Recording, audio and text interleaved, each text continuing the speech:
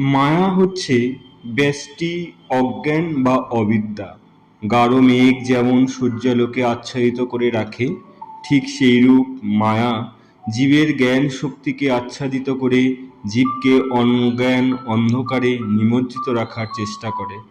ফলে আমরা স্বরূপ বিচ্যুত হয়ে থাকতে বাধ্য হই।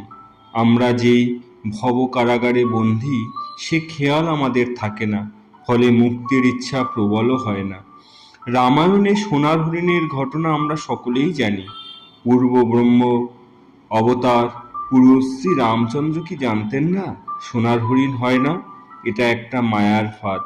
তবু কেন তিনি ওই মায়া হরিণের পিছনে ছুটলেন, যার মর্মান্তিক পরিণতি সীতাহরণ? আসলে লোকশিক্ষার জন্যই এই ঘটনার অবতারণা। সোনার হরিণ অলীক আশার প্রতীক, মায়ার হাতছানি। সেই হাতছানিতে সাড়া দিলেই বিপদ। এই শিক্ষাই আমরা পাই রামায়ণের এই ঘটনার মধ্যে দিয়ে।